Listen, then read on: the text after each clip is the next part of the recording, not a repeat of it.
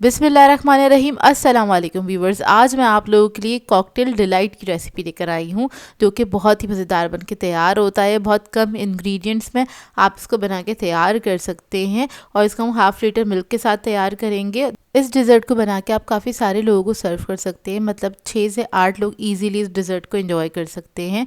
बहुत ही मज़ेदार बनता है। आप इसको दावत वगैरह पे बना के सर्व कर सकते हैं, स्पेशल डिनर्स पे बना के आप इसको सर्व कर सकते हैं। बच्चे बड़े सभी इसको एंजॉय करेंगे, तो इस वीडियो को लास्ट तक ज़रूर देखिएगा। अगर आप मेरे चैनल पर नए हैं तो मेरे चैनल को सब्सक्राइब करें, साथ साथ ऑल नोटिफिकेशन को क्लिक करें। इससे आने वाली मेरी हर नई वीडियो की नोटिफिकेशन आपको सबसे पहले मिलेगी। वीडियो अच्छी लगे तो लाइक एंड शेयर करना ना भूलें। तो चलिए ये वीडियो स्टार्ट करते हैं। तो यहाँ पर मैंने लिया था हाफ़ लीटर मिल्क, उसको मैंने बॉईल करने के लिए रख दिया था। साथ साथ इसके अंदर हम ऐड कर देंगे शुगर, चीनी ऐड करेंगे 4 टेबलस्पून के बराबर, या फिर आप अपने टेस्ट के हिसाब से भी ऐड कर सकते हैं, कम या ज़्यादा जैसे आपको पसंद हो। दूध को हमने बॉईल करने के लिए रख दिया है। इतने में हम क्या करेंगे, कस्टर्ड पाउडर ले लेंगे, वनीला कस्टर्ड पाउडर। ये मैंने लिया था 2 टेबलस्पून के बराबर। 1/4 कप मिल्क के अंदर इसको मैंने डिज़ोल्व कर लिया है। इसको हम साइड पे रख देंगे। जब दूध हमारा बॉईल हो जाएगा, जब हम उसके अंदर ऐड करेंगे,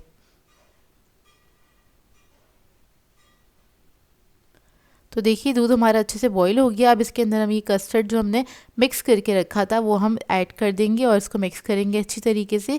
1 से 2 मिनट तक इसको कुक करेंगे ताकि अच्छे से थिक हो जाए, और उसके बाद बस हम इसकी फ्लेम ऑफ करके रख देंगे ताकि ये थोड़ा सा ठंडा हो जाए।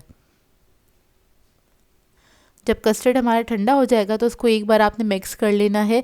इसके अंदर कोई लम्स नहीं रहने चाहिए, थोड़ा सा स्मूथ हो जाइए। तो कस्टर्ड हमारा ठंडा हो गया, 10 से 15 मिनट में ठंडा हो जाता है। अब इधर मैंने एक जेली पका के रख ली थी, एक पैकेट जेली। स्ट्रॉबेरी फ्लेवर लिया है मैंने, आप लोग कोई भी फ्लेवर ले सकते हैं इसके साथ। उसको बस मैंने कट कर लिया। जेली तो आप सबको पकानी आती ही होगी, मतलब 1 कप पानी के अंदर आपने इसको बॉईल कर लेना है।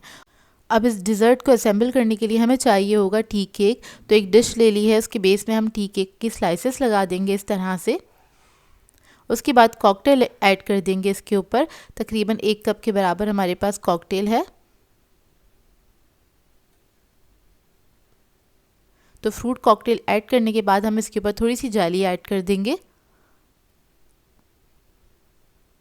बहुत ही सिंपल और बहुत ही आसान डिज़र्ट है, मिनटों में बनके तैयार हो जाता है।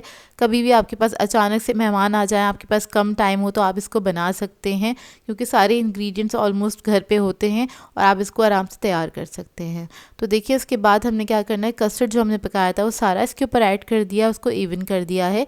इसके बाद मैंने ले ली है विपिंग क्रीम, तो उसको मैंने विप्ड कर लिया था, सॉफ्ट पीक्स बनाई थी उसकी, और वो हम इसके ऊपर लगा देंगे तकरीबन 100 ग्राम्स के बराबर, यानी कि आधा कप मैंने क्रीम ली थी और उसको मैंने विप्ड कर लिया था।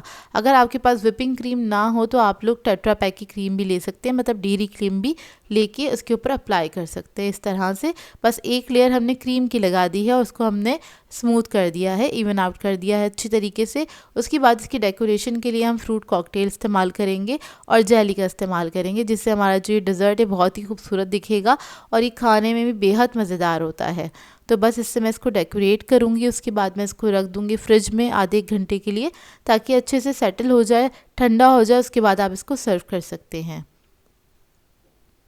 तो देखिए इसको मैंने आधे घंटे के लिए रख दिया था फ्रिज में और ये अच्छे से सेट हो गया है।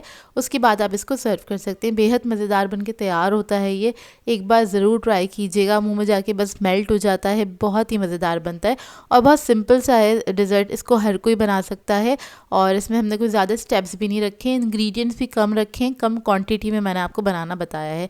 आई होप आपको ये रेसिपी अच्छी लगी हो। सो व्यूअर्स, अगर आप लोगों को मेरी रेसिपीज़ अच्छी लगती हैं तो मेरे चैनल को सब्सक्राइब करें, लाइक करें, कमेंट ज़रूर किया करें, शेयर भी ज़रूर क्या करें अपने फ्रेंड्स के साथ, फैमिली के साथ। तो मुझे अपनी दुआओं में याद रखेगा। अल्लाह हाफ़िज़।